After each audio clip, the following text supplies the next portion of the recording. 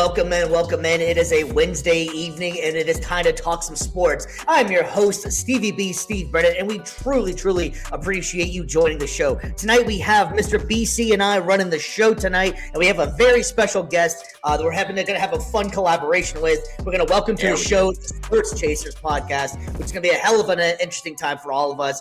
Really looking forward to that collaboration tonight. And, man, there's been so much news in the last couple of days. We got a lot coming up, major changes with the Steelers going on. You got Moore making his decision on what he's going to do at Oregon. There's a huge shakeup with the UFC co-main event that just came out the news. A.J. Brown, is he sticking around? What has he got going on? We also had the locker room speech that had everybody talking, Ben Johnson, if you don't know what I mean. We also had those playoffs in full swing of the NFL. We're definitely be breaking down that and talking about the matchups and talking about what we think is coming up. And, of course, we cannot leave you without a fun down bad debate. And we're going to incorporate the guys with us on that one as well. So it's going to be a lot of fun. Before we get into all that amazing sports talk, BC, why don't you let good people know what you have going on? And it's good to see you, my friend. It's good to be back. Good to be here on a Wednesday night here. A little midweek podcast action there for you. You know, the week's about halfway over. We're here to carry you over, get you through that hump day right there, and take you over into the weekend. We got our big show on Friday as well. But, you know, again, for all of you guys who've been following the show long enough, you can follow me at BCTheBrand_media on Instagram, BCTheBrand on Facebook. You can also, if you want to check out the website, BCTheBrand.com. That's where I'm going to be doing all of my stuff, whether it's blogs, whether it's, you know, if you want to reach out for any voiceover work, you need any public address announcing, camera stuff, like it's where you can kind of find all the info there as well.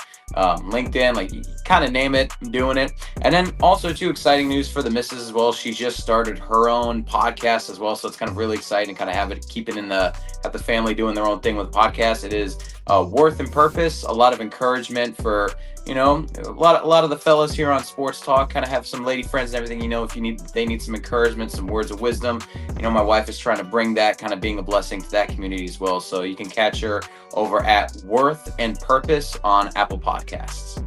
Absolutely, man. Doing it big. Well, like we alluded to as well, we also are everywhere, and we really appreciate that you guys liking, subscribing, and sharing the show with everybody on there, that you got your friends, your family, everybody. We truly appreciate that. But without further ado, like we were saying before, we have a special collaboration, so we're going to go ahead and bring the guys on for our special guest collaboration. Special guest views from the stand. And without further ado, we got my man Kevin in the house from the Sports Chasers. How are you doing, my friend? It's just super excited to have you on here, my friend. Man, Stevie B, what's up? What's up, BC? What's good with y'all guys? Good. It's good. It's great to be here with you from the stands, man. And I'm honored to, you know, hang out with you guys and like BC says, talk a little sports midweek. Get you guys over to, you know, for they call it Hump Day Wednesdays, man. So I'm eager and excited to hang out with you guys and, hey, talk sports, man. And I appreciate Stevie B. You know, you talked about the collaboration, how you guys reached out, man. I'm always eager to talk sports. And tonight, I don't have to direct traffic. I get to just living the dream. It's a lovely thing, right? Watch out, DA. I know you on this call, man, but watch out, man. Because he always be saying, man, you need to get in there. I say, I can't direct traffic and be in there. So somebody's got to have some kind of what you call it, but it's all good, man. I'm glad to be here tonight, fellas. I appreciate you, and shout out to all your subscribers and all the people that's listening. That's out of my voice, man. So thank you guys for inviting us. Hey, anytime we can give you a chance to kind of take the brakes off and go all gas, man, let's do it. I'm going to take you up on that offer. Absolutely. Well, yes, like we were alluding to before, man. Why don't you tell the people about your show too, as well? Because we're trying to make this a group effort here, man. Why don't you explain to people how to get a hold of you guys and what you guys have going on? So we're the Sports Chasers, and we talk all sports. Like, we legit talk all sports, just like how you guys do. And we pretty much go live on Mondays and Thursdays. Monday nights, we usually do a football show during football season called the Monday Night Football Blitz. And when it's not football season, we call it the Weekend Rewind. We talk about all the sports stories and great stories from the weekend. And we kind of, you know, just go into Monday, and Thursday night is our flagship show. We've been doing it since we've been on. We've been on since 2018. So we just been we just called it the Thursday night show where we just talk about any and everything, man. So we bring down some of the hottest news topics. We got guys that are specialized in things. We got our main man Dan, a hockey dude. He talks NHL hockey. We got my main man Ryan D'Souza. He's our NBA, WNBA guy. Well, and Dan also helps out with WNBA coverage. Might look like not be no WNBA here a little bit, but I'm pretty sure talk about that in a second. Also the DA who's joining me with tonight, DA, he's the boxing. Him and my brother, D Dubs, they do boxing. And DA is also a former collegiate football guy also. So shout out to him being on the call tonight. And we all have specialties and we just love sports, man. So we're Sports Chasers. You can see us at sportschaserspodcast.net. We're on every social media that you can name it. Hey, we even got onto school this week. So just search Sports Chasers and there will be. So we appreciate it for you guys having us on tonight, man. Thank you. Oh, 100%. Where are you guys based out of as well? Well, we're kind of different places, right? So the rest of the guys in the Charlotte, North Carolina area, I live down in South Florida now. 5 of us originally from New York City. That's where we was born and raised, as you can probably hear and tell. Yeah, we moved out to Charlotte here in the early 2000s, and I said goodbye to Charlotte, and I moved down to South Florida. So I'm down in South Florida, right outside of Fort Lauderdale. So nice. Yeah. All right. Okay, yeah, no, got everybody all over the place. Actually, I'm out of Central Florida, and Brandon's your I guess he's more Central Florida as well, right? Lakeland? Yeah, pretty much, like right in between Tampa and Orlando. So yeah. I don't know if you guys know this. I don't know if you heard of Podfest. I'll actually be up that week Friday morning, man. So is that this week? Because I was thinking about going myself. It's this week. You absolutely should just come through if you're in the area. Yeah, it's this week. We'll talk more after this, but it's this weekend. They always usually have it the third weekend of in January when the year begins. This is my 4th year going, man. So I'm going up there and just hang out with some great creators. BC, you alluded to it, man. There's so many people that's creators that I actually just listen to now instead of just the regular news or the regular media, man, because I think some of us absolutely have some great talent out there when it comes to, some of the content creators out there, man. So shout out to those that's making it happen. So that's why I'll be this weekend, Podfest 2026. I dig it. Hey, if I make it out there, my man, I'll let you know. We'll hook up then and hang out there, because I was thinking about going myself. I'm actually in Deltona, so I'm not too far away from Orlando myself. Correct. Yeah. Well, awesome, man. I'm really excited for everything that you guys got going on, and I've been checking out your show as well, and it's great quality content out there. Check them out for sure. But now we all got the pleasantries out the way. Let's actually get what people came here for. What do you guys think? Let's get into some news around this amazing world of sports. News from the world of sports. All right, man. We had some major news coming out of Pittsburgh. Mike Tomlin finally stepping down. It's been a lot of talk that is he going to, is he not going to? The fans were cheering for it. Kevin, man, what do you think about this? This is a major news. And here's something I just wanted to reiterate real quick, something kind of crazy I heard that I didn't think this was going to happen here, but there's only one surviving coach at the start of the season out of the AFC North right now. If you think about it, Zach Taylor, and that was the one I would have thought of out of all of these guys, would have been gone.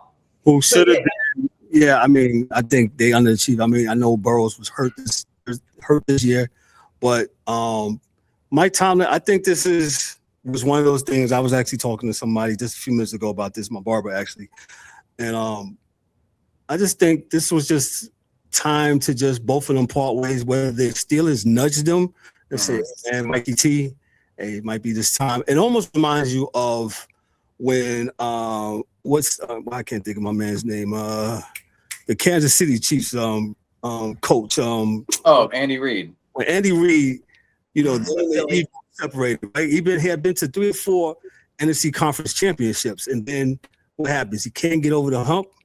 The Eagles decide to part ways, and this was kind of sort of. I think this was coming. I talked to Steeler fans. We got one of our show, Dan K. He was ready for them to go. He was ready for Mike Tomlin to go, and I just think sometimes you just don't hear the voice no more, and this might be one of the times he's going to take a year off. It looks like from what he's saying, and probably do some TV. And if he does some TV, he might be like his predecessor, and just stay in TV and not come back out to these choppy waters of the NFL coaching, which, me and that's funny you say that too, because that was kind of on the lines of what I was thinking too. Is that I kind of feel like this is going to be a lengthy stay for Tomlin. I think he's going to be great on television, as long as he wears a hat. Tomlin doesn't look the same without the hat on. He looks a little different out there. But no, all jokes aside, though, I think Tomlin's going to do great on TV. And let's face it, Fox Sports is starting to get in that transition where they're looking for some new blood out there. Terry Bradshaw's getting too old.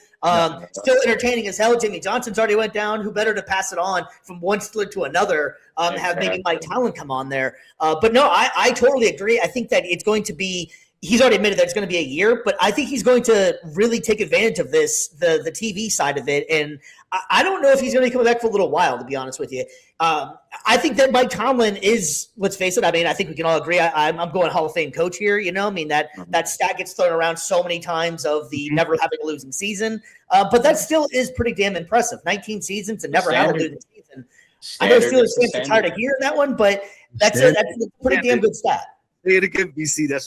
That's what he always preached. The standard is the standard. Yep. And again, like you said, whether Steelers Nation was kind of tired of it or not, like you still got results. You got a Super Bowl out of it. You got multiple dynasties, or multiple even mini dynasties, you want to call it.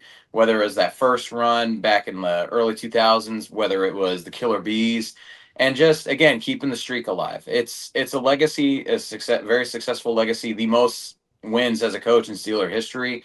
And I think that he's definitely earned this ability to kind of walk away from the game a little bit, take a break. And yeah, I'm in agreement with both of you guys. I think once you kind of step away from the game and the grind, especially with coaching, to be able to step away and be like, oh yeah, I can still make really good money and I don't have to do as much work. I can just kind of focus on just talking shop. I feel like he might not ever come back. I think that's going to be too good for him. Yeah, BC, I'm with you again, man. Because you think about it, like you said, the grind of coaching and NFL coaching, man, it's something. They're the first in the building, the last one to leave, and to do it and to maintain this record. Now, some people might say, okay, yeah, he was over 500 and never under 500, and he did what he did, but it didn't get results in the playoffs, man.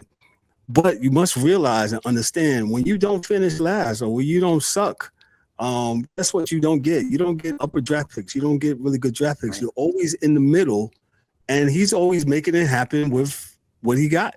So, it's kind of two ways to I can see. I see some of the frustration from the diehard, Steeler Nation fans. It's like, yo, man, I'm sick of this guy. We can't get past it. We can't get the first round win in over 10 plus years, and he hasn't won the Super Bowl since, what was it, 2018, 2008. Yep. 2008. Long time. Dog years, man. So it's been a while, man. So that organization, if you think about it, they've only had 4 coaches in their whole franchise history. Yep. 4 coaches. Yeah, that's amazing, honestly. And honestly, Tomlin's led them to the playoffs 13 out of the 19 years. So it wasn't as if they had major fall offs. I mean, I know there's a bunch of people that would love to take that stat and continue on. They were always relevant. They were always pretty much in the fight of it. And even if they started out slow, somehow Tomlin was able to recreate that magic and get them close to the playoffs or just fighting for it. And let's face it too, they did just win the division. They had Aaron Rodgers and they won the division. And you think about that, how things turned around for that. Just think about the kicker. If the kicker makes the field goal for the Ravens, the first year kicker, John Harbaugh still got a job. Mm-hmm. I think so. He still got a job, and then Tomlin definitely would have probably been let go. It would have probably not been no amicable thing, but they probably would have let him go. And it's just a lot depends, and people, understand fans. In my opinion, fans, they gotta be, they're fans for a reason, right? They're called fans for short, meaning fanatics, right? And sometimes fans and fanatics, they don't understand and of what their organizations are trying to do.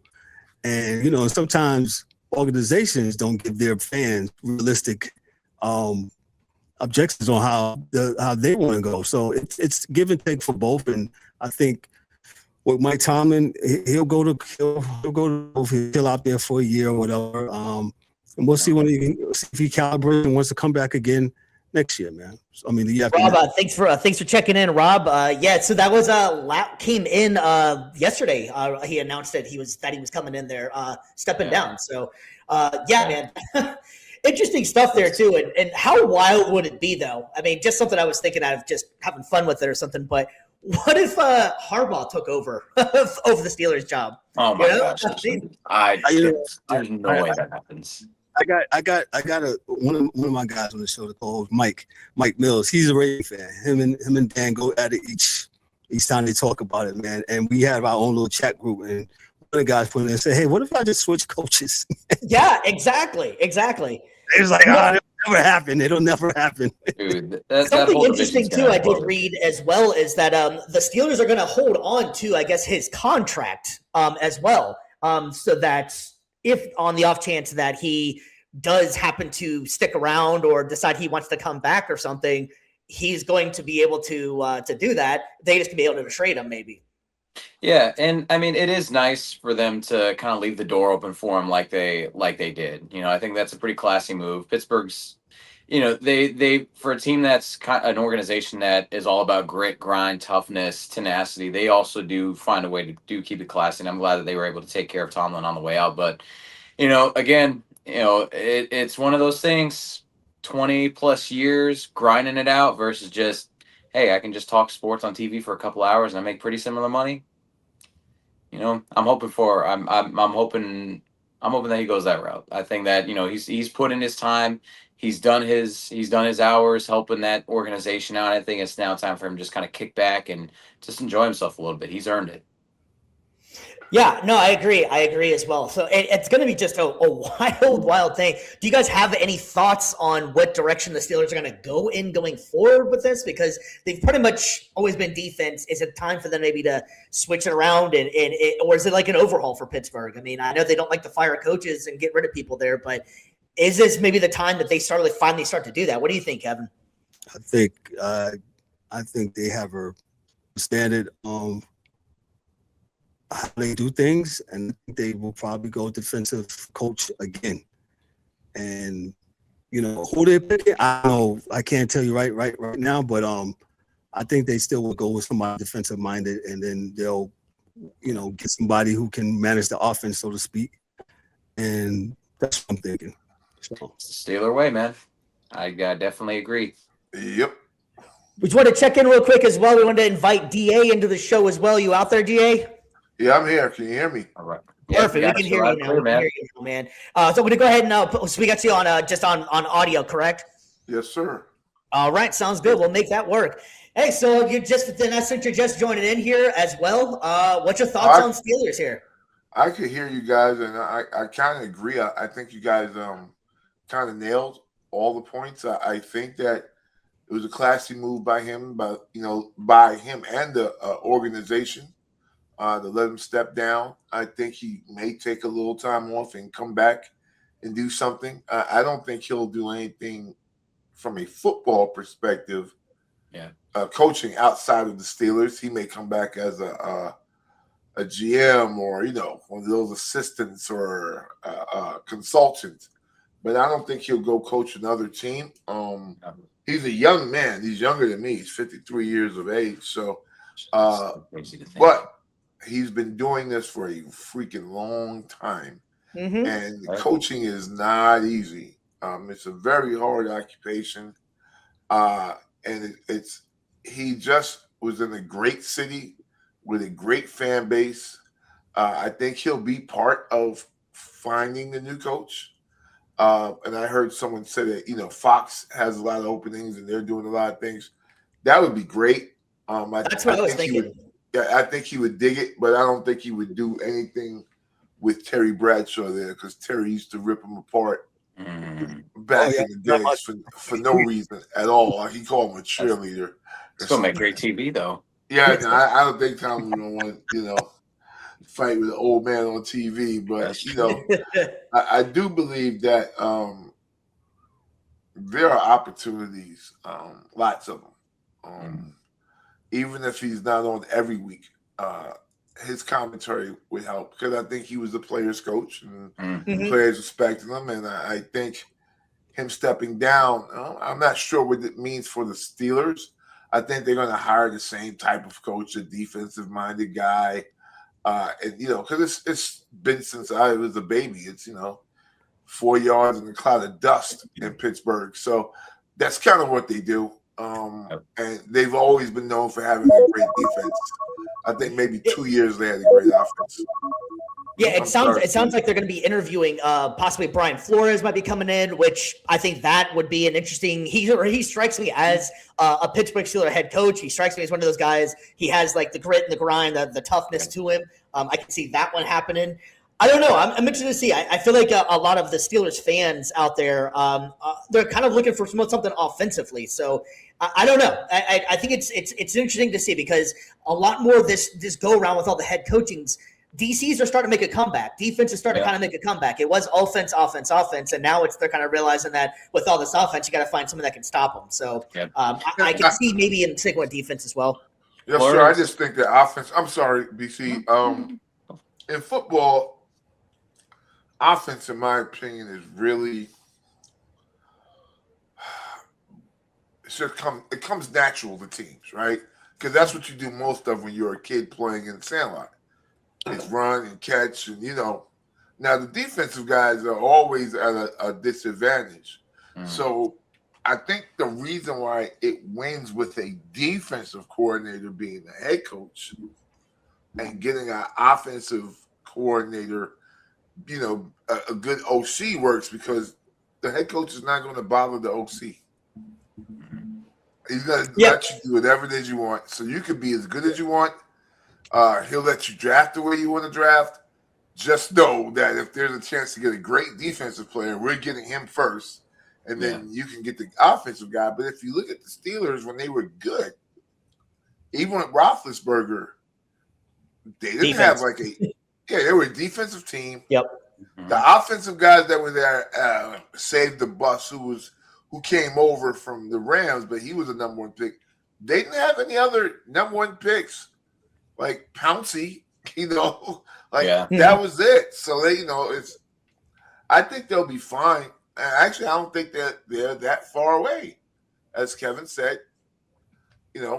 kick a field goal, you do this, you do that, during the season, you're okay. Now, this last game, there was nothing they could do. No. That was a pack of wild dogs, and Aaron Rodgers could not move 3 yards in that game. So I think they go get Malik Willis, and I think if they just get him, now I don't know if they're going to pay him, but if they get Malik Willis or another backup, because the backups are making a comeback, if you get a good backup, then I Mac Jones, dudes like that, it works if you got a good OC. They still do have Will Howard there as well. So, and the kid never really necessarily got a chance to try it out. Because you brought Aaron Rodgers in, and you definitely ain't going to take Aaron Rodgers' last hurrah away from him either. Right, indeed.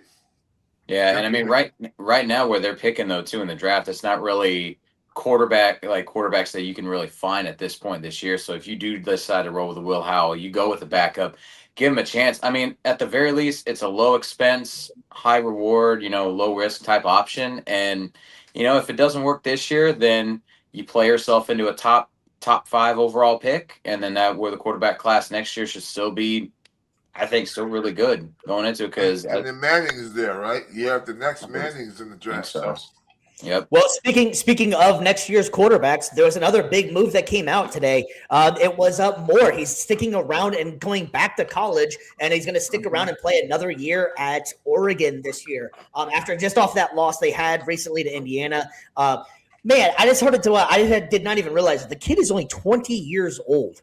Yep. He is so young and has plenty of time to even improve a little bit more. And I think the writing was on the wall here after that performance in there. He's going to not necessarily be the number 1 overall pick. And BC and I were talking about it, and we've been bringing this up the last couple of weeks because I feel like this is going to be a new trend going forward with a lot more of these guys. If they're not going to make it number one, and if the number two option isn't the greatest of options, I think they're going to stick around. I think you're going to be seeing a lot more upperclassmen sticking around now in college because the NIL money is so damn good, and not to go to a bad team. And it's college. You're still having fun. You can still be a kid there. It's not professional yet or anything.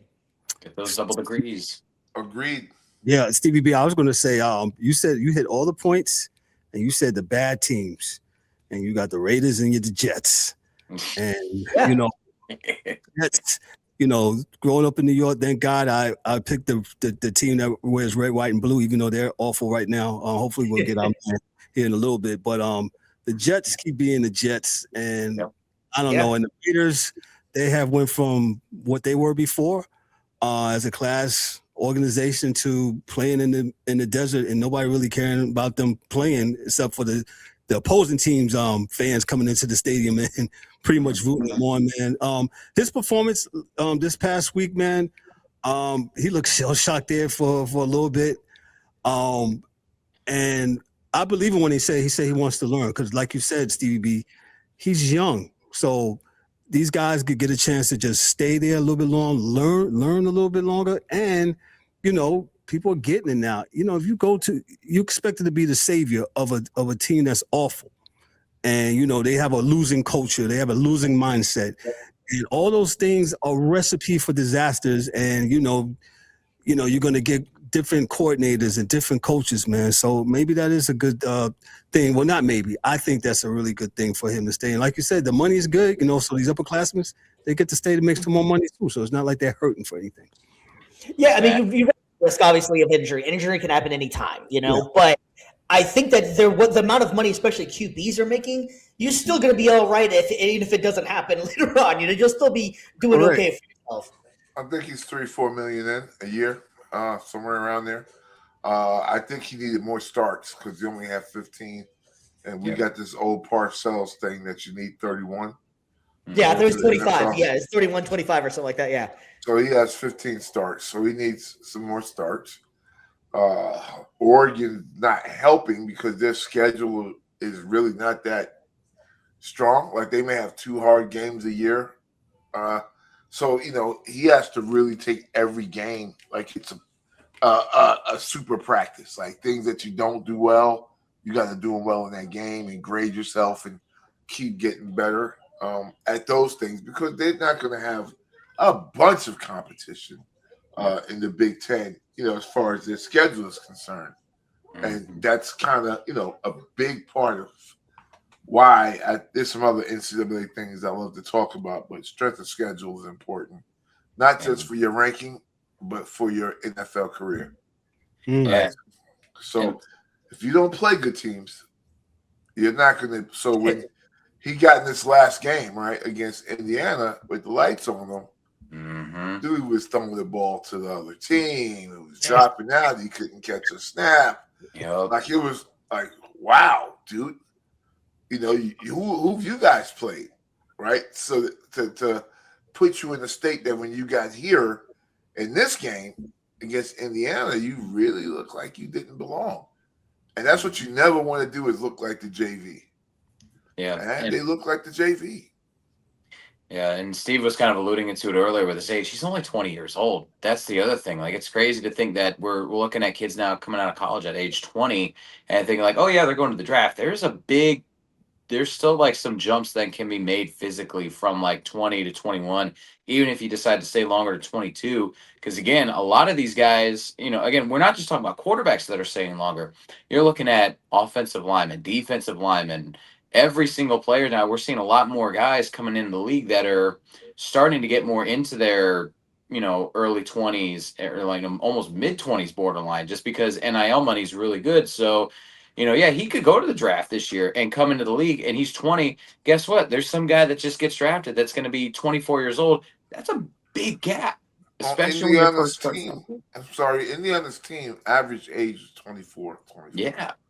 So it definitely does help to stay back in college a little bit, get a little bit more experience, like y'all were talking about, get the starts under your belt, and just physically mature as well. Like mentally, he may be sharp, but physically, he's still got to put some work in the weight room. He's got to be able to put some more work, out on the track, and just developing his body more, fine-tuning it, making sure that when he gets to that stage and he takes those big hits from guys that are in their mid to late 20s, he's going to be able to take it. Yeah, and I think what this is one of the bright sides. As much as NIL is a mess and all of that good stuff, this is one of the bright sides of it is that I feel like that it's going to keep some guys around and make the game a lot better because they're going to be able to stick around for a little bit longer. There's not such a rush to just jump into the NFL.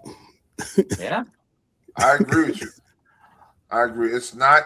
We don't want dead air, so I think we should start talking.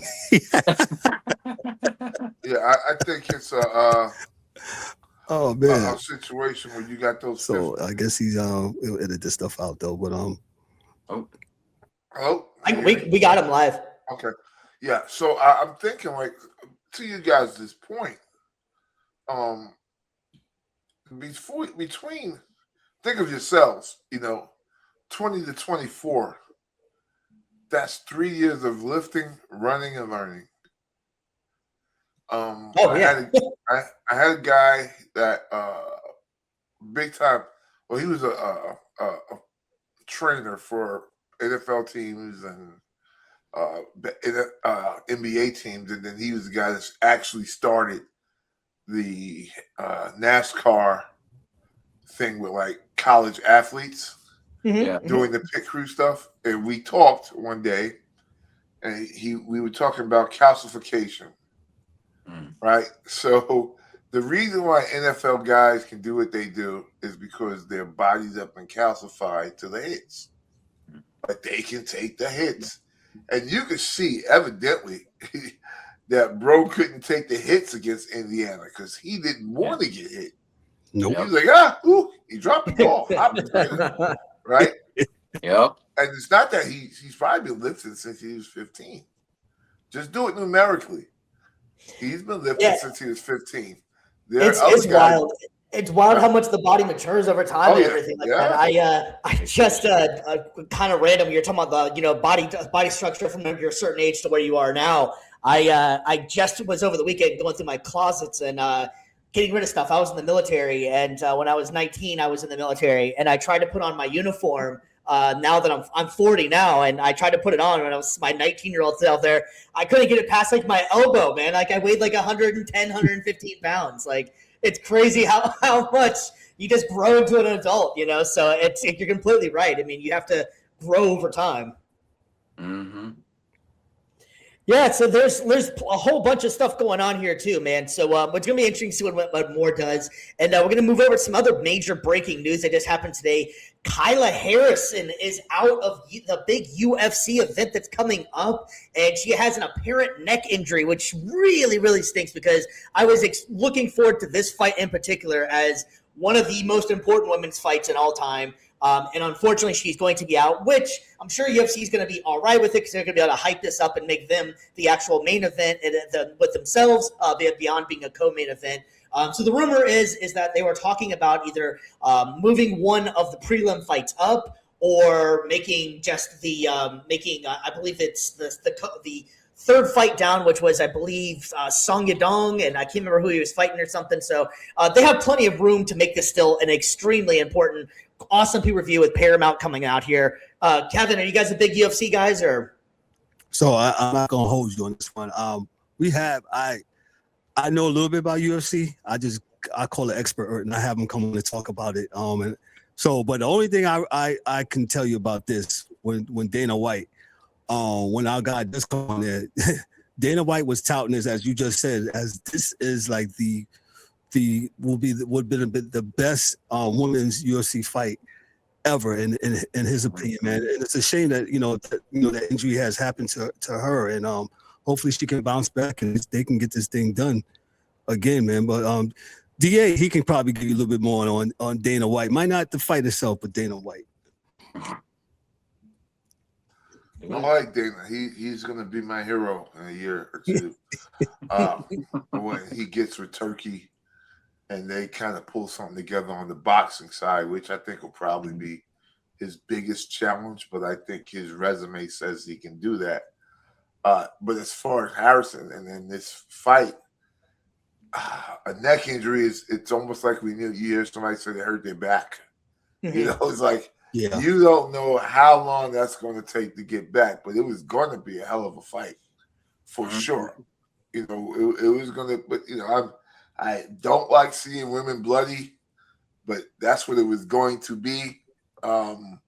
You know, it was going to be a hell of a fight, man. So I was extremely excited about this one, especially I was watching the Pena fight whenever she took the belt, and they had Nunez in the crowd, came in the ring, they were hyping it up like it was a WWE fight or something. It was amazing, but it will happen. I saw the clip, Steve. I was like, what the? I'm looking for AWA. I'm looking for Arn Anderson. Yeah, exactly. What the heck is she doing there? It's not your match. Storytelling right there, man. Like UFC's taking a big nod from a lot of like the quote unquote sports entertainment pro wrestling stuff. And I mean it works. There was a lot of eyeballs on this co-main event right here. Like you're saying, you're getting arguably the greatest women's fighter of all time coming out of retirement to try to take the championship. And then just to have her opponent who's no slouch herself, like gold medalist in judo and obviously the champ, like to have her injure herself like that. Hopefully it's one of those things where they can maybe get a little bit more time training, then set it up a little bit further down the road. But I don't know, like as far as what they're going to do, how they're going to scramble together to put this, main event card, like kind of back to try to repair the damage that's been done for the card. But it's going to be tough because that was such a good fight right there on paper. And you know, Dana has a habit of the show must go on, and I think this time is probably best left to leave it so the ladies can get well. I agree. Harrison can get well, and you know they can just train up a little bit more for the fight. And honestly, the other fights on the card too are all stacked as well. So it's not as if like they have like some slouches in the wings or something. The guys Sean O'Malley and Song Yadong is the other one. I can remember who he was fighting, but Sean O'Malley is a name in itself that could be a headlining pay-per-view itself. So UFC, obviously, they'll be all right. It's not gonna. It would be cool to see this fight, but it's gonna happen. This fight is way too important and way too big for women's sports for it not to happen. So I think just give it a couple months and they'll make it their own, and they'll be all right. Yeah, Steve, we got one other thing on that, and BC also alluded to it about this being the sports and entertainment. If y'all go back a little while, you know the four-letter network ESPN, they wasn't covering wrestling and stuff like that. So what do they do now? It's part of their package now that they cover it, and you know they touted that sports and entertainment. I remember they used to poo-poo on it, and everybody knows that Santa Claus is not real and wrestling isn't either, unless you talk to Dr. D. Davy Schultz. Those that old enough to know saw that video. Y'all remember when he slapped the reporter? Yeah. Gave him concussion and all. So I think it was John Stossel of ABC. Anyway, I think, like you said, BC, they're trying to take a book out of the WWE and add some star power to it, some storyline, so to speak, to it. Because if we really think about it, and I'm not trying to be disrespectful or anything, this type of fighting is MMA it's a niche sport, so to speak. So, I think they're trying to bring some more eyeballs to the center, and them doing that, they might be able to get that, because if you look at all the stars that's been in the last 5 years, John Jones, what's my other man, Conor McGregor, right? DC. Yeah, those guys. And on the woman's side, I can't think of her name. Ronda Rousey. Yeah. So, once those guys was gone, McGregor, he's not really fighting no more. John Jones, he's, John Jones is, shout out to John Jones, man. I actually know one of his family members. Shout out to John Jones, man. But, it's just what it is. So, shout out to UFC. Yeah, it's gonna be awesome. They'll eventually make it work, and it will come to fruition. It's just maybe not today, maybe not tomorrow, kind of thing. But yeah. So another topic that we were going to be all talking about as well, and it's been a major sports topic going on for the last couple of days. AJ Brown and the Philadelphia Eagles. Obviously, the Philadelphia Eagles were just eliminated from the playoffs. AJ Brown, as you can see on the screen here, refused to speak to the media after the loss. All right, guys, what the hell's going on here? He's fighting with the coach. The coach is either acting as if like it was no big deal, and I love AJ Brown. He's one of my all-time favorite players, and and he's got hands, and he'll catch that ball all these other times. But it's constantly something with Nick Sirianni and the Eagles. Nick Sirianni and AJ Brown and everybody else.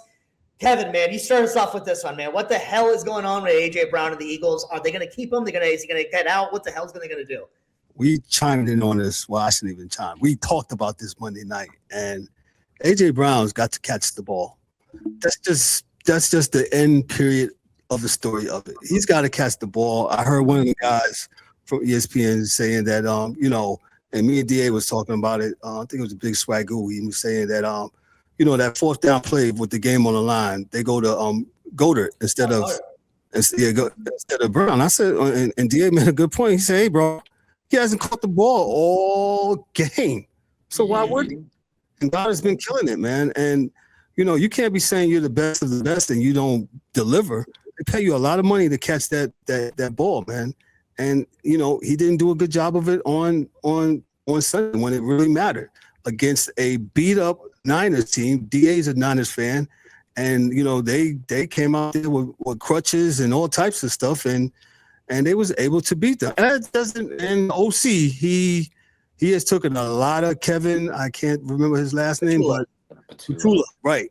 He I don't think, in my opinion, he put them in the right position, the Eagles offense in the right position to win. And, even Soriano, he took the play call from him, right, during part of the season or in the end of the season. And, but going back to A.J. Brown, he's not one speaking to the media and all this stuff. I think this marriage is over. Yeah. I don't know his contract situation offhand, man. I was about to tell you. Actually. I'm glad you said that. So he signed a 3-year extension, $96 million, $84 million guaranteed.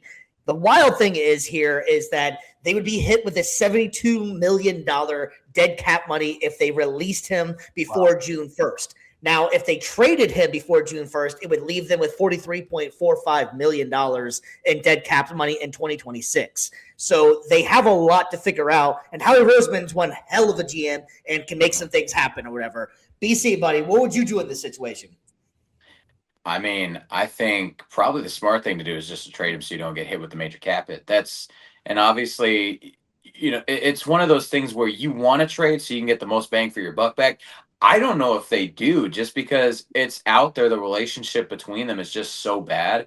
I don't think really you can get, if you're expecting like a first or second round pick, I don't think you're going to get it, because a lot of teams are smart to that and to say, well, like you guys, like y'all's relationship sucks. If you want him off your hands that badly, you got to, we'll give you like a third or a fourth rounder for him, which it's low. It's low for a guy that at his talent level, but just with how shrewd we've seen a lot of teams with their draft picks over the last few years, like the Bucks were able to get Rob Gronkowski for a 5th round pick. So, it's one of those things where I think they'll trade him, but I think that they're definitely going to have to eat it in terms of what return on investment they're going to get to make up for the fact that they'll have a great amount of cap space by getting rid of him. DA, you're supposed to be a Niners fan. What about a Brown to the Niners, man? They could desperately use a number 1 wide receiver at this point. Maybe an Ayuk for Ayuk and a third for AJ Brown. I know. First off, if we did it, I would take AJ, and it would have to be a straight up trade because of AJ's salary, and he could get Ayuk. Could we just pay? They would have to give us AJ and somebody, because I think Ayuk's contract is longer and bigger than AJ's, because he just got signed last year when he was hurt. But as far as him with the actual, and I say this because I have a different, I guess, viewpoint on things. I never heard him say anything out of his mouth. This is AJ. Now, he had tweets that he was writing books or reading books and doing everything else, right? I think losing the offensive coordinator is going to help AJ and may turn this around, because the play calling in Philadelphia is abysmal. Right? With the talent that they did have, they did not use it the way they should have. Right? Like there were, I think, one design run play for Hurts. He's a running quarterback. He is not Joe Montana, So he can take off on 3rd and 5 to get the first down. Why are you waiting there to pass the ball? So their play calling is absolutely abysmal. I could not. Yeah, they're horrible. Like There's just nothing else I got. Yeah, there's nothing else I can say about that. Kevin, my man, what do you do if you're the Eagles here, man? I don't think this is repairable. As I stated earlier, when you call upon me, the offensive coordinator, he didn't do the Eagles any favors. AJ, I mean, the contract is going to be a lot. I mean, here's a thought. I don't know if they would want to do this, man, but his former team is like they're the number one team with a lot of cap space money, like $60 million, man. So, maybe trade him back down to Tennessee. I don't know if they get him, but or Tennessee will want to do that, but that's a thought. But I don't know. Whoever needs, who needs like a number one type of dude like him. But I think he got to take some ownership too. Him refusing to speak to the media after elimination, man, that's whack, in my opinion, man. You're a professional, man. I get it, man, but you got to get the arrows, man, because guess what? When you make the winning catch, and you know what, you're there for the TV and all that stuff. So it goes both ways. It's just what it is, man. It's part of the business, man. And I just wish he would have spoke to the media afterwards. So, but I do disagree with most of the world. What happened between him and the coach during the game happens all the time. Yeah, all the time. Mm-hmm. You always argue, and that's why it's funny because Tom Brady was doing the call of the game. And Tom Brady was like, yeah, whatever. And he said that because, if you ever watched Tom during his time. And Bill argued. He cursed out everybody. One time he cursed out Bill O'Brien, who was the OC so bad, like they had to go check on O'Brien. Tom needs to get at you. So I'm not really worried about him. Hell, Travis Kelce ran into Andy Reid, and Andy Reid was like, oh, I loved it. Yeah, well, you think about it, right? This is the other thing I'm going to say about AJ, and it's I always believe this. Number one receivers do not grow on trees. Mm-hmm. So just know when you let him go, you have to find another one. Yep. And Smith isn't going to replace him. Smith is a great sidekick. Absolutely. Well, he's a good slot receiver, great player, but the reality is that you're going to have to find another one. So it's like when people say, oh, you can sell your house, and you sell your house, maybe $200 in the black, $200,000 in the black, and that's still not enough to buy a house. So, you're still missing a house. And if you let go of AJ, you're still missing a house. So. Yeah, no, I agree with you on that for sure. And I think we're kind of all agreed on it as well, which is we haven't been talking about it, how bad the play calling was in there. I do think that might be the only thing that maybe keeps this thing together. It's like, okay, hey, maybe they come together in the offseason. Let's start fresh. Let's start from scratch. Obviously, the play calling was not right. And on top of it, too, I heard this as well, and I didn't realize it, but this is going to be their fifth offensive coordinator in the last 5 years. They haven't been able to be consistent with it. So it's hard for them to constantly keep on going back over, getting more new offensive coordinators all the time. So they haven't been able to get anybody in there really. They had Steikens. They had obviously they had Steikens. They had who else? They had Kellen Moore. So like it's interesting that they've gone through this many, and it's hard. Continuity is a big thing in football. It's a key sport. You got to have to make it work. I can speak to that problem in Tampa right now. We're having a bit of that situation, getting rid of Grizzard, moving on to our fifth guy in like 4 or 5 years too.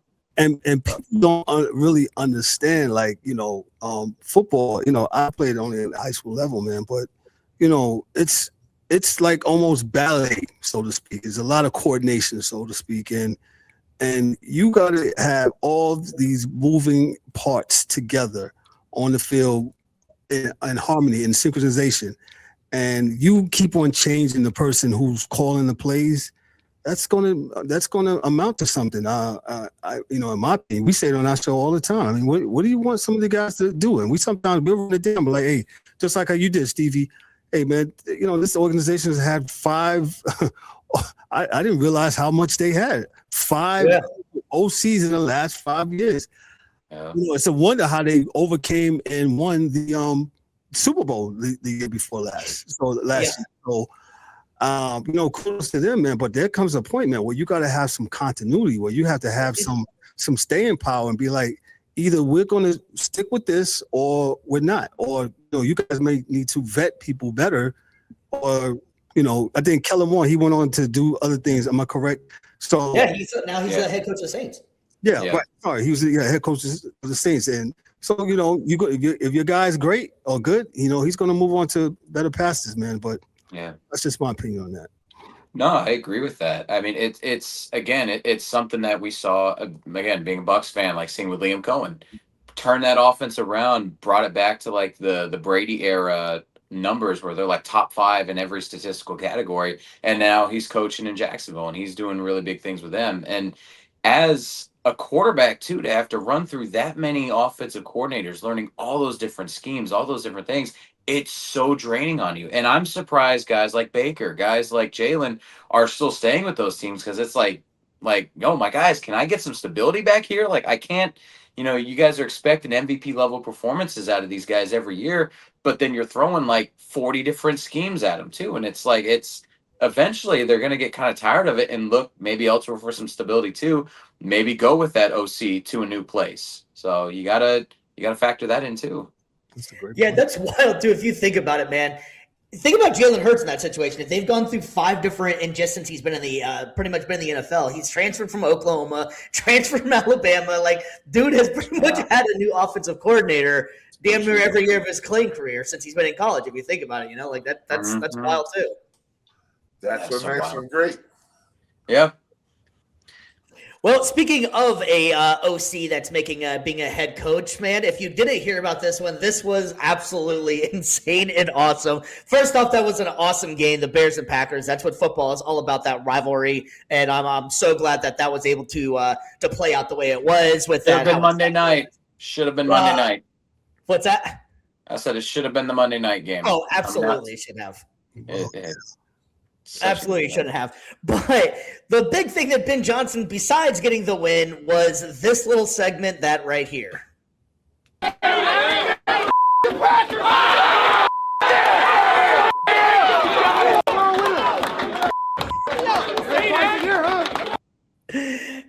I loved it. I'm not going to lie, man. I thought that was awesome. So some people were up in arms, like he shouldn't be talking like that. Me personally, man, I think that he should have got some sort of like a reward for bringing back the NFL rivalries.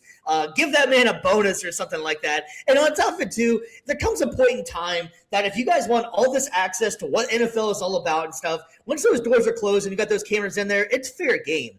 These guys, that's how they talk, and he's rallying up. And if you look at any of those players, not one of them was upset. Not one of them. They were all screaming. They loved it. And it was real. He really did not like it. And for once, he actually got a personality who's not trying to sugarcoat it and be fake. So I absolutely applaud Ben Johnson for doing it. And if you don't like him, if you don't like the Packers, you damn sure can say it if you don't want to. If you don't like him, Kevin, man, help me out with this, man. What was your thoughts on this? Sometimes, and you said, locker room access to all professional sports now. We got it now. Everybody's got to be in the know, right? Everybody's got to know. Don't be mad at how the hot dog is made. Be outraged. Oh my God, the hot dog is made of all these fillers and stuff like that. Well, you just went on TV and they showed you how to make it. So yeah, it's made of a bunch of fillers and stuff. Don't eat it. Yeah, so don't eat it. And my point to that is, I loved what he said.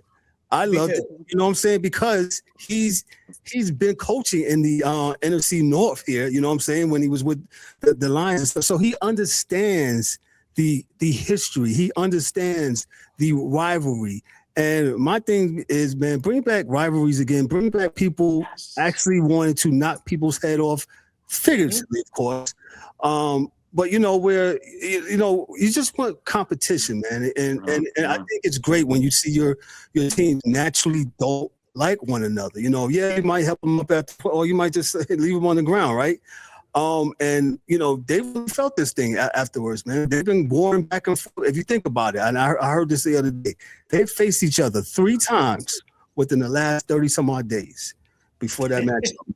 So it's a rivalry. and it's just what it is. And I love his energy. I love what he's did for Caleb Williams, man. You know what I'm saying? Caleb Williams, first year I was like, man, this ain't gonna work. And then this guy comes in here and he does whatever he does, works his magic, man. And Caleb Williams, though he starts off very slow, like the other night, man, I was like, God, this is awful. I mean, I even turned it off, and then I said, oh shoot, it started making a comeback. But you know, he's looks like he's some type of finisher or something like that, man. So shout out to Ben Johnson of not only coming in there and turning the Bears around, but also saying that, yo, we're the team to beat. And yeah, I'm going to say things like F the Packers, man, and, make us shut up. In the words of my main man, DA, that's on with us, man. Hey, beat them. Yep. Well, you got to beat them, man. That's it. That's all I got on that, man. Shout out to Ben Johnson. BC, we were talking about it before the show started, and you were saying that you like it because it brings back the rivalry. That's kind of what we were saying too, man. Well, yeah, that's what a lot of modern sports is missing. It just seems like, whether it's, MLB, NBA, NFL, like, it just seems like a lot of the rivalries that used to have that staying power, it's either they're watered down from what they used to be, or they're just not, they're just non-existent anymore. Like, I love it when you get guys getting in each other's faces. Like you said, you're not trying to go out there and knock their heads off literally, but it's just like that intensity, that drama that we have with it. Because again, that's what makes college football rivalry week so fun. Because these schools do not like each other. They hate each other. Like, I cannot tell you how many times I love watching Ohio State, Michigan, Florida State, Florida, Miami. There's just so many great rivalries there to choose from. And in modern sports, it's like almost like we're kind of, oh, well, now we got to be professional. Ever since you started letting a lot of the media in, letting them kind of have their say or let them have their space in there, now it's like, well, that's a little unprofessional, don't you think? Who cares? If you just got done playing 60 minutes going to war against your hated rivals, you'd be saying stuff like that too.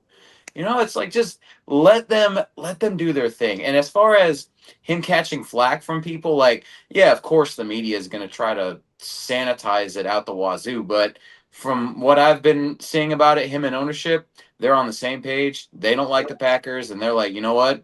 You do you. It's your locker room. Have at it. And I could not be more for it. So, DA, my man, what's your thoughts? Football is a violent sport. Coaching football is, I guess, pretty violent too. And put that on a shirt. Yeah, you can't take that out of the game, and you can't take that away from folks in the locker room, because you're emotional, and you're going to be emotional because you just got finished. Y'all say not literally, but I say literally, trying to knock somebody's head off. Yeah, essentially, yeah. You have to put yourself in a mind frame to do that, because that's not what human beings are meant to do.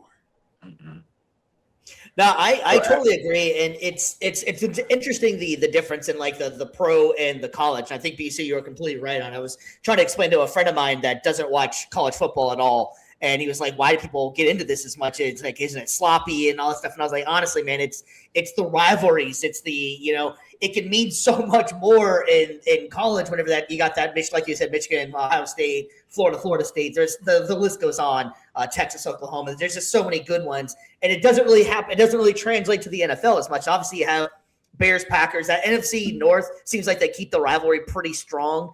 As a Colts fan, I hate the Jags, but I mean, it's not to the point of it is like the Bears and the Jags. I'm not the Bears. I mean, Bears, Packers. You got Steelers, Ravens. Pretty much everybody in the AFC North. That's another one as well. That seems like the northern teams are keeping that rivalry strong. Well, West Coast is still doing it, but yeah, there's just so much history to pull from with those though too, because it was because the game started in Canton, so like that's like pretty much the starting point for the National Football League is those upper Midwest to the northern, like NFC, AFC North. So that, yeah, you're getting a lot of history there. But I do agree, like it's time to kind of, I feel like you just got to kind of let it run loose again, let rivalries be a thing again, make it exciting, and you can find some regional competition. The only time I would say where college rivalries are or college football can just kind of be boring to me is when you have one school that's really trying so hard to punch up and make it a rivalry, and then they just get stomped back down. And it's Yeah, not ergo, what was it, a couple of years ago? UCF and UConn. UConn was trying to make it the Civil War or something silly. It's like, bro, no one cares. Or USF and Florida Atlantic. It's like, no, guys, we're beating you in like 75% of these games and across multiple sports. Oh man, strike. No man, I don't. Wait, we strike nerves over here in Tampa, man. I remember, gosh, well, I think the one from this year, the handshake between Golish and I forget the one from FAU, but it's just like the whole week everyone's like, oh yeah, this is our rivalry week. FAU, we're coming to USF. I'm like, no, bro, it's not a rivalry. They tried though. They tried. It's not a rivalry. I was going to step in and say, if you look at some of the other sports, I'm a baseball dude too. So if you look at like the Padres and Dodgers, man, they hate each other. Legit hate each other. When the Yankees and Red Sox were, I mean, I know they just played this. I'm a Red Sox fan. Kevin, close your ears, man. When Pedro threw Don Zimmer on the ground, man. Oh my gosh, yes. Yeah. Pretty beat up when Clemens when Clemens and what's his name got involved into something. Yeah. So it just goes a long way. As a Knicks fan, I was talking to somebody the other day about the Knicks and Heat back in the days when each other in the conference finals and the conference semifinals and stuff like that. Okay. Yes, bring back rivalries as they should. And as DA says, man, sports is absolutely, it's one of those things, it's so emotional, man. So I don't understand how we gotten away from it. Well, BC, you made a good point about that. But it's okay. Ben Johnson, say it again. I hate F the Packers and his. And on that note, here you go. One more time to close it out for you.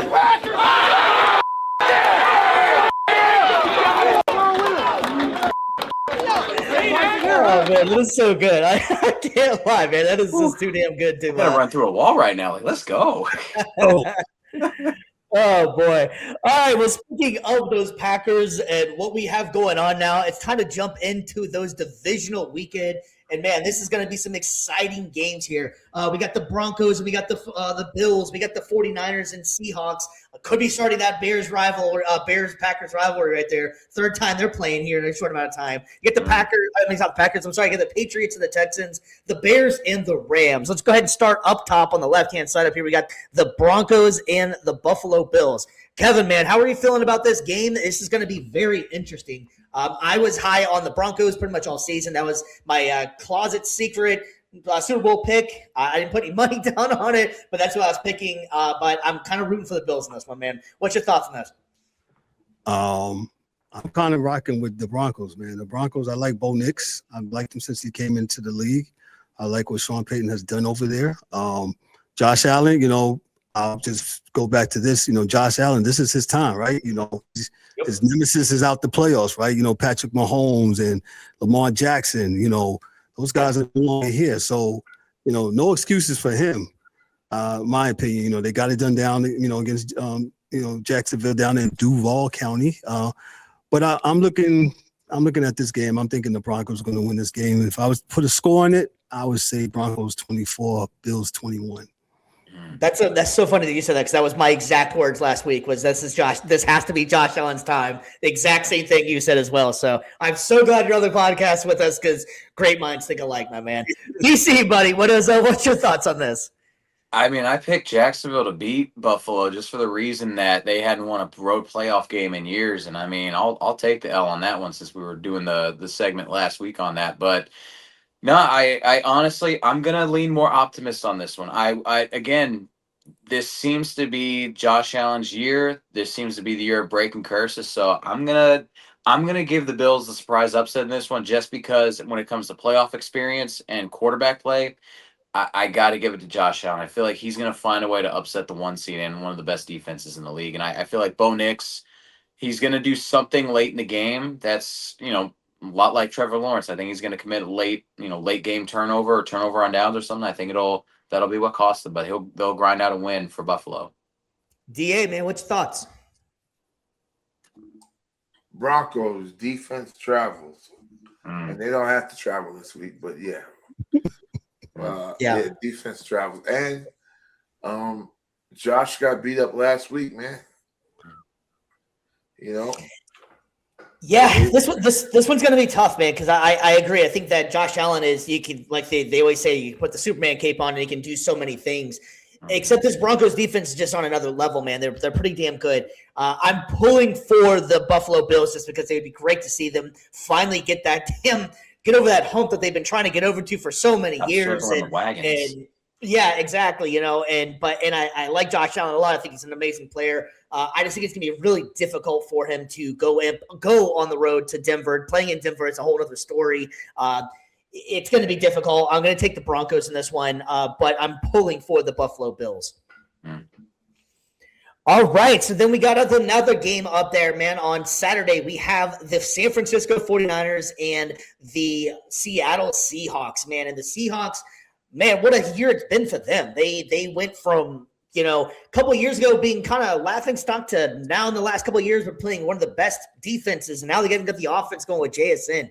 Seattle Seahawks are looking very, very good, and the San Francisco 49ers just keep on finding ways to win. They went against the Eagles last week. I really thought the Eagles were just going to run all over them, and it wasn't going to be much of a game, and I thought it was going to be over quickly, be honest with you. But San Francisco just finds a way, and shout out to Kyle Shanahan. They're doing one hell of a job. It seems like he loses a player every 2 hours and can still manage to continue to win games. So Kyle Shanahan deserves a lot of praise, a lot of credit out there for maybe even Coach of the Year.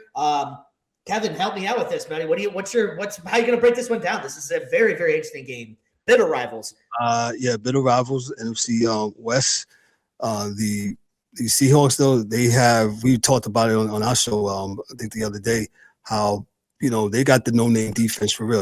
This is not how they had the defense when they had Richard Sherman and them dudes, man. But this no-name defense, man, they have been playing well all year long. And I like their chances at home. They got one of the best home venues in football, man. And I like for them to win this game. If I was going to put a score on this, I would say, because the Niners ain't really scoring a bunch of points, I would say Seahawks 17, Niners 9.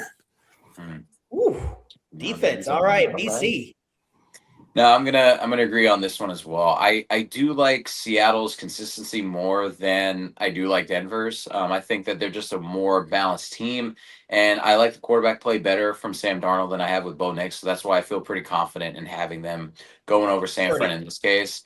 And again, as great as Kyle Shanahan's been doing with this team, I also you got to take the hat as well to Kubiak for Seattle as well. Like, again, a well-constructed, well-run machine on offense and defense. Again, just there's no stars, quote unquote, but it's the team is the star. And that's the thing. That's a really dangerous team to play against, because it's not just one guy carrying the load there. It's every single unit has ballers. Every single unit has somebody that can contribute. So that's going to be something scary into a banged up Niners team. I think that's going to be the recipe for their season ending, and I'm going to give it to Seattle. I won't assign a score, but I'll say they win at least comfortably by 2 touchdowns. Not bad. DA, you're up, my man. This is squad. Well, Say what? I'm gonna stick with it. I'll go with Seattle in hopes that my Niners win. I did this last week with Philly and the Niners won, so just do the same thing. Defense travels, and in this case, it doesn't have to. Sensing a theme. Yeah, I think that this is a hard game for the Niners, man. Can you help me out with something here, actually, DA? What's it like to have a team in the playoffs, man? My Colts were on top of the universe for a little while, and that went nowhere. BC's Bucks fell apart. You got the Giants over here. How good does that feel to actually have something worth to watch over the weekend, man? Stevie, believe me when I tell you, and I don't say this being arrogant, but Kevin will tell you, I'm used to it. Yeah, this is what we do. This is what we've done since 1980. We're always there or close to being there. Yeah. I told my crew that I would have rathered us lose so we can get a high draft pick. He did. And get some other weapons, because whether people want to believe it or not, there's only one winner in the NFL. Mm-hmm. And in the words of Ricky Bobby, everybody else is first losers. Yep. So the first year last. Yeah, I would. Yeah, if you're not first, you are last. So, that said, I would have rather us lose some games and get to the top rather than be here and choose somewhere at the bottom of the first round, which there may not be anything there, but it matters not. I think the Niners will probably lose this game because our defense, though Robert Saleh is probably doing a yeoman's job out there with that defense, Yes. they are still desperately undermanned for this situation coming up this weekend. Yeah. I did hear Fred Warner possibly could come back, but we'll see, man. Yeah, I don't know him out there getting hurt next year. Yeah, exactly. That's the other guys checking in, man. Seattle to the Super Bowl. I don't believe in the Bears. Texans will upset the Pats. Denver will wrap up the Bills Mafia. Thanks for checking in as well. I hope he's gonna be able to get on the show with us. He said he wasn't able to at the time, so he said, okay, fair enough. Yeah. Hey, well, next time for sure. I'm going to take Seattle in this one as well. I think that they're just too much to, like you were saying as well, that the 49ers are kind of coming in and limping a little bit. They lost Kittle as well. They're going to have to be really, really efficient with their play calling. So, yeah, I'm going to take Seattle in this one. I think they're going to give it everything. I think Seattle, San Francisco is going to give everything they've got. They've been fighting and playing hard. Chris McCaffrey is just playing lights out, but I think it's going to be a little bit too much for them to overcome, and I think Seattle will take this one as well. So we got another one down there as well. We got the Houston Texans and the New England Patriots. This is going to be a very interesting game, and I think it's going to be a very low-scoring game if I had to pick, just because I think both defenses are going to play outstanding. The last time the Patriots played against the Chargers, man, they were just all over Justin Herbert. I believe they got 6 sacks in that game. I think it's going to be one of the same, and the Texans defense is just something scary, man. With what they got going on with that defense, it doesn't necessarily matter how many points you score. That defense is just unstoppable. That it's impressive as hell to see what they did. And it's really working out with that, how they went back to back in those picks, with getting Will Anderson and making that pick again. I think that's worked out really, really well. And I'm surprised more teams haven't tried to do something along those lines. Kevin, you're up here. What's your thoughts on this? Listen, both defense, like you said and alluded to earlier, man, is good, man. But Houston, Monday night, man, they put on the clinic, man. They beat the hell out of Aaron Rodgers, and might even force the old guy to retire. Who knows? But please, wow. If I'm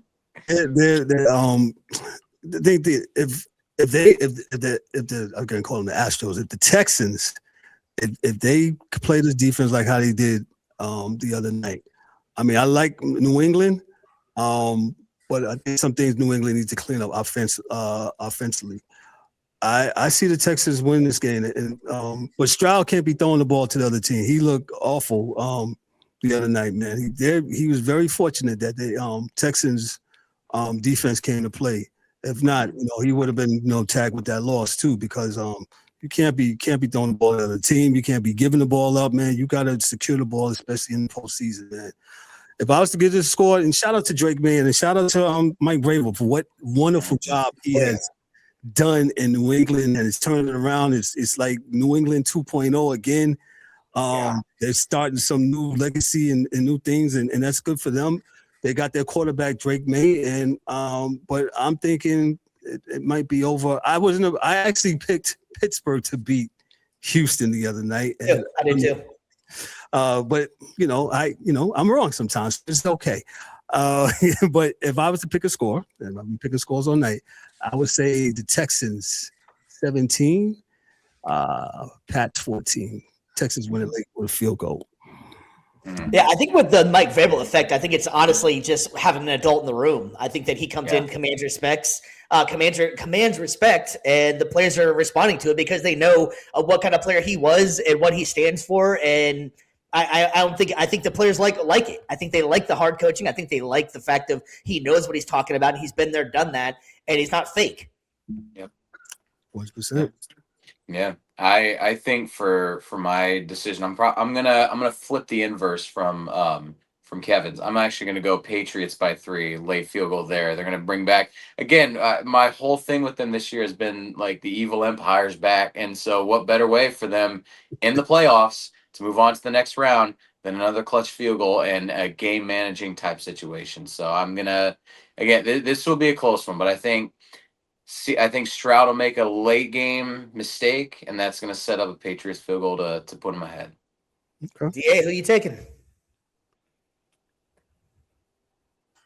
This is a hard one because I like Drake a lot. You want the rapper, or are we talking about May here? Nah, I hate Drake the rapper, but Drake May, I'm with him. I do believe that the Texans will probably win for one reason. If CJ Stroud played a inkling better on Monday, they would have blown the Steelers out by 30. Oh, yeah.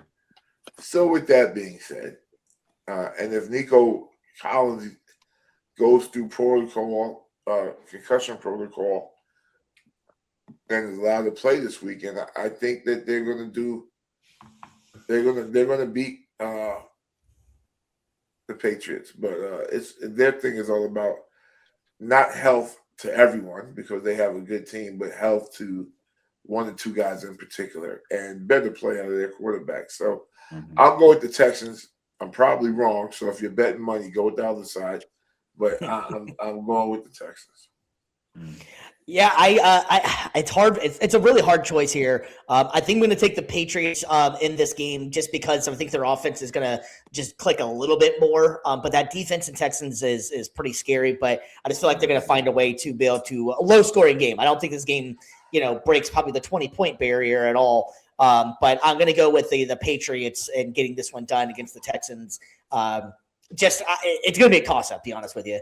And I think this next one is going to be an exciting game as well. And the last game of the night up there is Chicago Bears and the Los Angeles Rams in frigid 15-degree weather, I think is what they're expecting it to be at game time for the Bears. The Bears have just been on fire in the fourth quarter, man. They've just found ways to come back. They have the Rams traveling across country, going to a cold weather environment. From when I was listening to the radio this afternoon on Sirius XM, they were talking about that as long as it's not in the negatives, it's not as bad to play in. But it's still going to be pretty damn cold. It throws you off a little bit, so I think they'll be fine on that. I think that the Rams offense is just on fire. And the Bears defense is, if they don't get turnovers, they allow a bunch of points. So that's going to be the biggest thing. If they're able to stop Matthew Stafford, which a lot of people haven't been able to this year, it's going to be a long day for the Bears. I'm going to go ahead and make a pick in this one. I'm going to take the Rams. I really believe in Puka and Devontae, and I think the running game with Kyron and is going to be pretty good as well. And Stafford's just been on fire this year. So I'm going to go ahead and pick the Rams over the Bears in this one. Okay. Kev, you up? I'll say, as I alluded to before, the Bears played like two games within one this past weekend. They finally woke up in the fourth quarter. I don't think they better not do that against this Rams team, man. And like you said, their defense is either feast or famine. Hopefully they'll be feasting this week. But and the Rams, getting back to the Rams, Stafford, I don't love him like that, man, but he gets it done, man. Super Bowl champion. I love Puka Nacua, man. The guy is everywhere and anywhere, man. And I love how he plays. And the Rams defense is no slouch either, man. So if I was to say, if the Bears play like how they played this past weekend, or any kind of inkling of that, man, they're going to lose this game. I'm saying the Rams 28, Bears 21. BC. I think it's going to be a shootout, just like both the previous games that they were in. I think it's, like we said, feast or famine type of day for both teams. But I think the cold weather is going to play a factor. Just Matt Stafford, and just found this out, like in any cold or rainy games, anything that's not fair weather, since he got traded out to LA, he's 1-9. So I think, that I definitely don't think that that's a stat that's going to favor him. And I think it's very dependent on, I think the team is very dependent on how he does. So I feel like his performance, I think it's going to come up short here. And I think the Bears defense, they're so opportunistic. I think that they'll, again, it's a theme with me. Late game takeaways, I think, are going to cost the losing team. And I think Chicago is going to win 31-28. I'll call that one. Last but not least, DA, you're up. Yeah, man, I'm going with the Bears. I don't like either team's defense.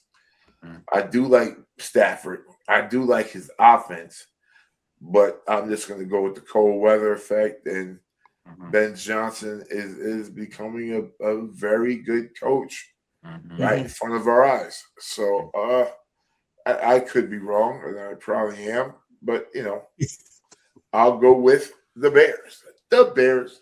The Bears. All right, great. Oh, I needless to say, everybody's super excited about these playoffs going forward. It's the time for the big boys to step up here. So we're gonna go ahead and leave the gridiron and go ahead and head to the hardwood as we're gonna jump into tonight's down bad debate. It's time for the Down Bad Debate. All right, the down bad debate tonight. If you're new to this, and I'll explain to the chasers since you guys haven't joined us for this yet. First, what we usually do is we just kind of find a topic that people are trending and talking about. We usually put something up and kind of debate it ourselves. So this one was basically you have to cut one of these players to make a 5 in here. Even though there is 7, they just gave you an option. I just realized that one, but you get the idea here. So anyways, we have Giannis Antetokounmpo. We got excuse me. Man, it's getting late. You got Antetokounmpo. You got Victor Wembanyama, Anthony Edwards. You got the Joker, Jalen Brunson, Cade Cunningham, and Donovan Mitchell up here. Kevin, I'm going to have you go first, man. You have to cut one of these guys. Who you take? Who you cutting? All right, as a Knicks fan, we have shout out to my main man Ryan. He's been trying to push this gentleman on us as a trade. I don't want Giannis. I think Giannis is a great player. Giannis is hurt. He's if he was to do it right now, not saying totally for all those that might be in the comments, and yes, put it in the comments as we say on our show. Put it in the comments. If I was to cut one right now, it'd have to be Giannis. If you go from Cade Cunningham, man, Cade, we've been talking about Cade. DA, let me hold on. DA's been talking about Cade ever since he's been in the league with the Pistons, man. Of course, Jalen Brunson, he is what he is with the Knicks. Jokic, man, I think people got Jokic fatigue, man. The guy could be the MVP the last 3-4 years, man. You know what I'm saying? Ant-Man, he is who he is. The guy can play. He's a dog. Victor Wembanyama, he's coming into his own, and he's showing some toughness too, man. And I like that, man. I like that. Some big man that's kind of, not filled out like he's going to be. I think with him, he's going to be one of the greats, man. If he keeps on playing. And how he played, and my main man from Cleveland, man, he's New Yorker too, and Donovan Mitchell was doing this thing, man. But if I had to leave one off, I would have to say Giannis because of this year, because he's hurt, and I don't think he is. He's a great player, man, but I would have to do without Giannis right now. It was me. BC, make the tough decision, my friend. I mean, I might make 2 right here just because if we're doing a starting 5, like if we're gonna go with 5 right there, I mean, I'm gonna go ahead and one up. I'll do 2, and it's gonna be the 2 guys on the left. It'll be, like I said, Giannis. Like to Kevin's point, he's been really banged up, and his style doesn't really mesh well with Jokic and Wemby as much. And then also too, and I would say Donovan Mitchell as well, just because I like. There's no small forward on this roster. Pretty much, it's all guards. So if I was making a starting 5, I'm going Brunson at the 1, Ant at the 2. I'll have Cade because he's a good kind of all around. He's the closest I would say on this list to kind of a small forward as a point forward, and then Wemby and Jokic at my 4 and 5. And I feel like the combination of defense, passing, all around play from multiple different positions, to me that combo right there gives me the best. And plus, Jalen Brunson in the fourth quarter, he's so clutch. So it's like I love being able to give the ball to him and tell him, go get your shot. Yeah. So if you had to end up just cutting one of these guys, who would it be then? It would probably just be Giannis again from just the injury factor. And I just feel like Donovan being a 6th man off the bench, I feel like just that's kind of what you want more of off the bench nowadays in the modern league. Just more shooting, more perimeter play. That's just, sorry, Giannis, you're the odd man out here.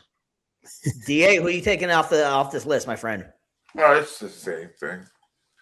It's Giannis, and it's simply, this is the reason.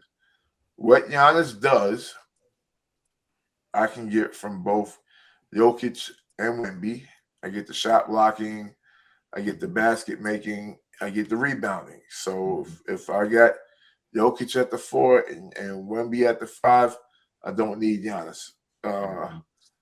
As stated by BC, I would have Cade at my 3, Brunson at my 1, Ant-Man at my 2, with Donovan coming off the bench. Mm-hmm.